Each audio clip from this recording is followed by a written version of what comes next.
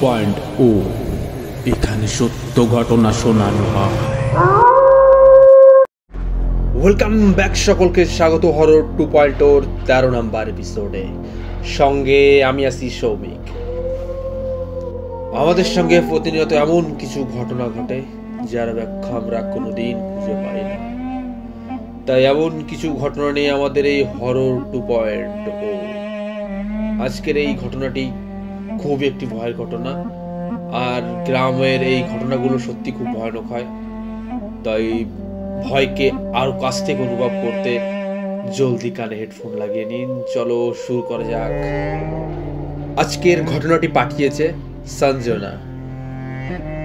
সঞ্জনা ঠিক যেভাবে ঘটনাটি লিখে পাঠিয়েছে ঠিক সেভাবে তোমাদের পড়ে শোনাবো। আপনার মুখে প্রত্যেকটা ঘটনা আমার খুবই প্রিয়। আমিও এমন একটা ঘটনা প্রতিনিয়ত সঙ্গে নিয়ে ঘুরছি। সাহস করে কাউকে বলতে পারি না, কিন্তু আজ কেমন জানি বলেই ফেলল। ঘটনাটি ঘটেছে আজ থেকে প্রায় 5 বছর আগে। ঘটনার স্থান কাপাসিয়া। আজ থেকে প্রায় 5 বছর আগে, তখন আমি ক্লাস 8-এ পড়তাম। সেবার গরমের ছুটিতে কাপাসিয়া আমরা দাদু বাড়িতে গেছিলাম। সচরাচর আমরা যা করি, দাদু বাড়ি গিয়ে কাপড় চোপড় খুলে রেখে সব কাজিনরা মিলে চললাম মাঠে খেলতে। খেলে টেলে ক্লান্ত হয়ে যখন বাড়ি আসি তখন শুনলাম একটি অদ্ভুত কাণ্ড। কাপাসিয়ার পাশে গ্রামটিতে নাকি একটা উড়োস হবে।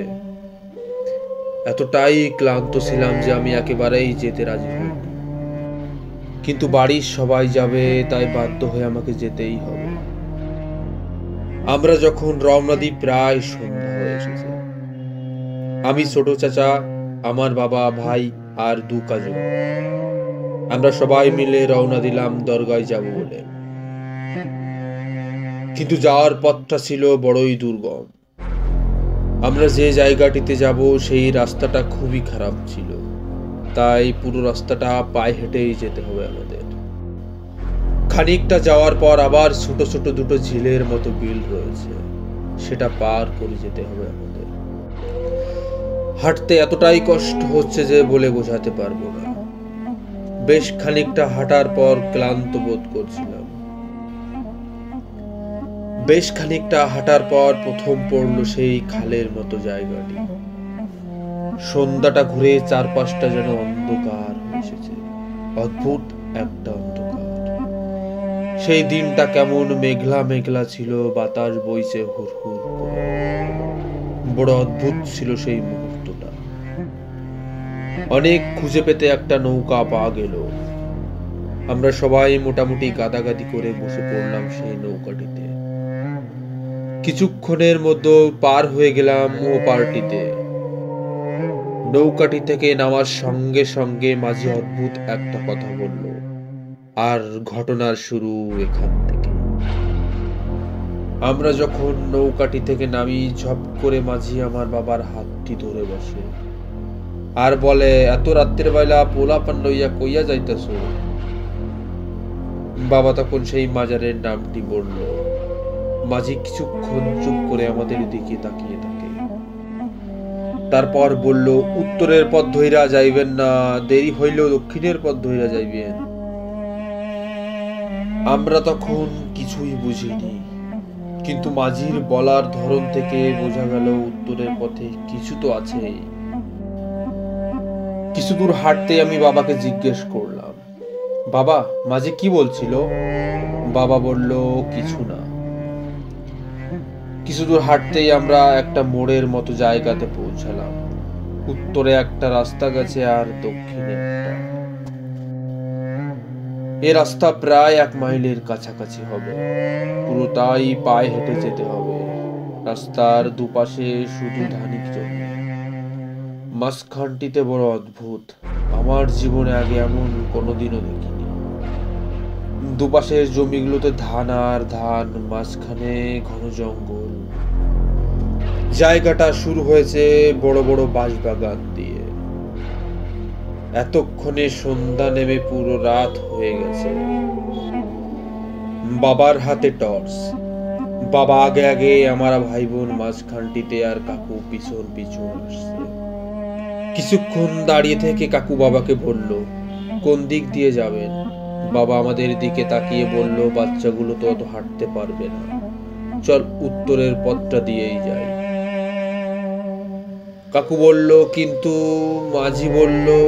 বাবা সঙ্গে সঙ্গে বলল, দূর, ওসব কিচ্ছু হবে না। বাবার জীবনের সব থেকে ভুল সিদ্ধান্ত হয়তো এটাই ছিল। আমরা হাঁটছি, চারিদিকটা যেন একটা বিদঘুটে অন্ধকার। হঠাৎ করে বাতাস যেন বন্ধ হয়ে গেল। এতক্ষণে আমরা রাস্তার মাঝখানটিতে চলে এসেছি। এক পাশে ধানি জমি আর এক পাশে ঘন জঙ্গল। কিছুক্ষণ আগেও যেন চারিদিকে জোনাকি পোকা দেখা যাচ্ছিল, কিন্তু এখন সেটাও দেখা যাচ্ছে না। চুপচাপ, চারিদিকে যেন কোনো শব্দ নেই। হঠাৎ যেন মনে হলো আমার সঙ্গে যে কাজিন দুটি ছাড়ছিল, ওরা অনেকক্ষণ কথা বলছে। আমি আমার ছোট কাজিন রায়হানকে বললাম, রায়হান, এ রায়হান, শোন। আমি অদ্ভুত ভাবে লক্ষ্য করছি রায়হান আমার একটা কথার উত্তর দিচ্ছে না। মাথাটা নিচু করে শুধু হাঁটছে আর হাঁটছে। বাবা এতক্ষণে অনেকটা সামনে চলে গেছে। কেমন যেন একটা অদ্ভুত লাগছিল। চারিপাশের মানুষগুলো কেমন যেন অচেনা হয়ে গেছে। এত মানুষের ভিড়ও কেমন যেন ভয়ে শীতল একটা স্রোত আমার পিঠ বেয়ে নেমে গেল। আমি যাদের সঙ্গে যাচ্ছি তারা কেউ কথা বলছে না। হঠাৎ দেখি রায়হান কান্না শুরু করেছে, কেমন যেন নাকে নাকে কাঁদছে। আমি বললাম, এই রায়হান, কাঁদছিস কেন? রায়হান কিছুই বলছে না, ফুলে ফুলে কাঁদছে আর হেঁটেই চলেছে। আমি ভাবলাম অনেক হয়েছে, এবার বাবাকে ডাকা উচিত। আমি লক্ষ্য করলাম চারিদিকটা যেন একটু বেশি অন্ধকার হয়ে এলো। পিছন ফিরে দেখি কাকু নেই। কাকু কোথায় গেল? এরপর আমার সাথে যা ঘটলো তা আমি কোনোদিন ভুলতে পারবো না। সামনে ফিরে দেখি কেউ নেই, না বাবা, না রায়হান, না কাকু, কেউ নেই। বিকাশ কালো অন্ধকার যেন চারিদিকটা ঘিরে ধরেছে। হঠাৎ একটা কান্নার আওয়াজ আমার কানে আসে। আমি ঝট করে ডান দিকে ঘুরে দেখি, কই, কেউ তো নেই। হঠাৎ আকাশের চাঁদের উপর সেই কালো মেঘটি সরে যায়। আমি স্পষ্ট দেখতে পেলাম আমার ঠিক সামনে একটা মহিলা দাঁড়িয়ে আছে। পরনে তার সাদা একটা শাড়ি। আমার দিকে তাকিয়ে হঠাৎ একটা ভয়ানক হাসি দিল। ভয় তখন আমার শরীরটা পাথর হয়ে এলো। আবার একটু মেঘ চাঁদের সামনে আসতেই যেন ঘন অন্ধকার চারিদিক ঘিরে ধরল। হঠাৎ আমি লক্ষ্য করলাম আমার চারিপাশ দিয়ে কিছু একটা ঘোরাঘুরি করছে, যেন মনে হচ্ছিল আমাকে ছিঁড়ে বুড়ে খেয়ে নেবে এখন। সেই কান্নার শব্দটি তীব্র থেকে তীব্র হয়ে আসলো। একটা বোটকা গন্ধ যেন পেটের ভিতরে সব মুচড়ে দিচ্ছে।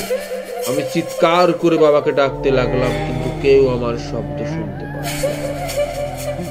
ভয়ে আমার শরীর থেকে ঘাম যেন পানির মতো বেরোচ্ছে।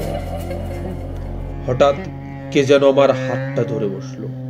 আমি চিৎকার করে উঠি, চারিদিকটা যেন অন্ধকার মনে হলো। তারপর আমার কিছুই মনে নেই।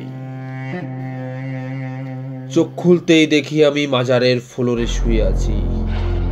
অনেক লোক আমাকে ঘিরে দাঁড়িয়ে আছে। তখন বাবার মুখে শুনতে পাই, বাবারা সবাই নাকি দক্ষিণের পথটি ধরেই গেছিল। কিছু দূর যেতেই লক্ষ্য করে আমি ওদের মাঝে নেই। তাই দৌড়ে আসে সবাই উত্তরের রাস্তাটিতে। কাকু দেখতে পায় আমি উত্তরের রাস্তাটির ঠিক মাঝ বরাবর দাঁড়িয়ে আছি আর চিৎকার করছি। বাবা সঙ্গে সঙ্গে গিয়ে আমার হাতটা ধরে, তখন আমি বেহুশ হয়ে যাই।